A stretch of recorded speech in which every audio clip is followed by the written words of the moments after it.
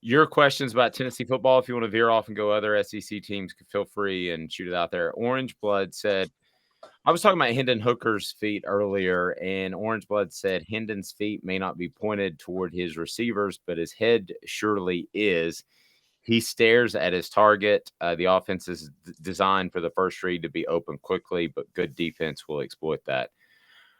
As far as I've really no disagreement with that. I completely think that his head does not look off safeties. I noticed that on Saturday. Am I wrong there? No, it is absolutely, as I've explained before, it's part of what makes it a quarterback friendly offense. It's a lot like what Lane Kiffin does. He schemes guys open, and it is a first read system. It doesn't require you to do that, which is why when I've talked about Hendon and people ask how effective he's going to be as a college player, he absolutely can be successful because of how they run this offense. So yeah, no, I think that's absolutely true, and his mechanics are not all that good, but again, you don't have to be as precise because they create more spacing um, by the way they design this offense and the tempo in which they run it.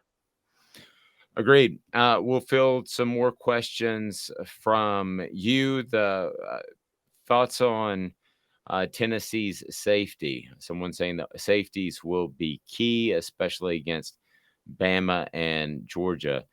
Chris, how do you evaluate as a coach the safeties when I think there are coverage issues at the linebacker position? I think, as you pointed out, there's not an Alante Taylor out there yet running around. I mean, how do you evaluate the safeties when there are a lot of issues in that back seven? Well, the safeties positions has changed really over the years, and really how to evaluate, particularly in this system, but really in any ways, is you've got to. It's tougher. Guys are a little lighter because they've got to cover better. Gone are the days where you have the safeties that are basically size of linebackers today. You've got to be able to cover, and you may not be, a great man cover guy where you can't cover the outside receiver, but you got to be able to cover a back. You got to be able to cover a tight end, and quite frankly, need to cover a big slot. If you don't, you're going to have some trouble. Now you can zone up, and you can be a little bit more effective. You've got instinctive safeties, and they can break on the ball in front of them.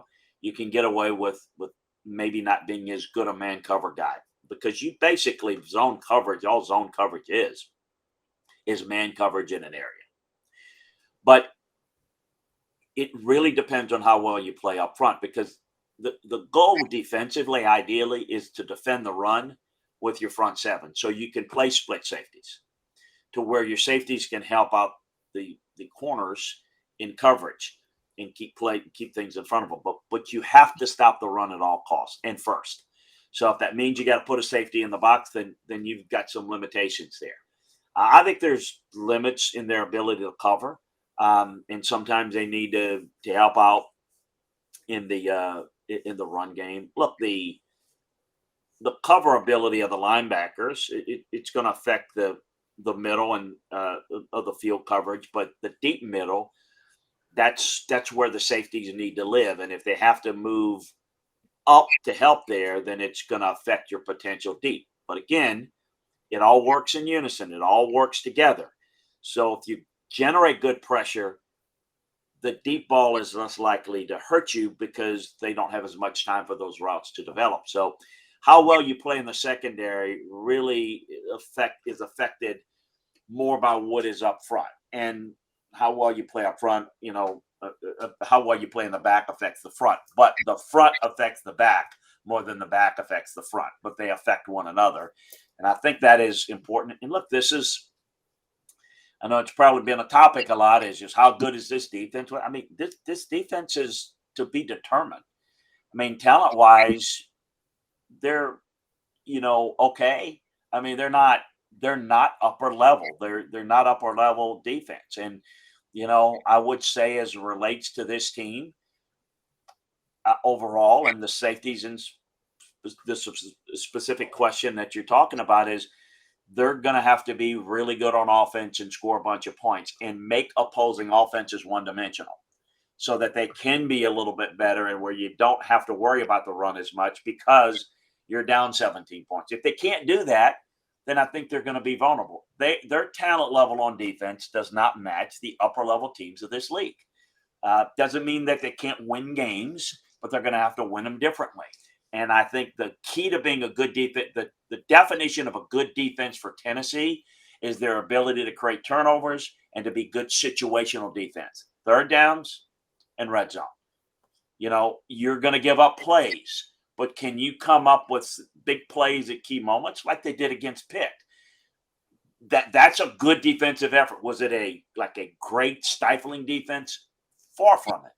But they played good situational defense. Can they do that against better opponents? Look, let's look ahead. We can do that. Coaches can't. But Florida, I don't know that Florida can throw the football well enough. They're going to have to figure it out from their standpoint. So, but at some point during the year, and often you're gonna face teams that can throw it better, and can they play defensively or well enough, or you're gonna have to outscore points, have to outscore the opponent. Now, I think it's probably the latter in most cases. Chris, question from Crazy. And if you want to ask questions of Chris Landry, the coach, on our message board, we certainly appreciate that. You're more than welcome to be a part of the show. Crazy said, is Burrell so good it's keeping Turnage off the field, or is there something else going on there? I missed that question. You kind of went out. What's that? Is Burrell so good that it's keeping Turnage off the field, or is there something else going on there? Yeah, I don't know. Again, not at practice. I would not say that. I think he is good. He's played pretty well, but I would expect to see him on the field. And no, there's not. It's not. Well, somebody's too good. We're going to keep him off the field. There's never. That is rarely ever the case. You find a way to get good players that are playing effectively for you on the field. My guess, and I'm going to take a gander at it, it's nothing to do with just talent. It's just assignment wise, not real comfortable with putting him in the game in certain situations. I'm a little bit surprised, and I don't know of any injury situation that could be maybe unreported, but maybe slowing him down. No, I would be. I'm a little bit surprised that we haven't seen more of him. Maybe this week. I'm talking about Ball State, and this week you certainly want to play him there. If you don't, you wonder a little bit. I would wonder a little bit why as we go into the season. I expect to see him more going forward. I think they're going to have to. They're going to need more of those guys on the field. Chris, Juwan Mitchell, are you hearing anything about that situation? I'm hearing he might be back for Akron. They could certainly use him. They've done a good job of keeping that under wraps. I haven't heard anything more than just taking it kind of day by day, week by week. My sense is that if he's ready to go, that they'll get him some reps this week. He's cleared and everything. Get him some reps. I don't know how many, but sharpen it up. A lot of times with injuries in general, people think, well, so-and-so is going to be back for this week.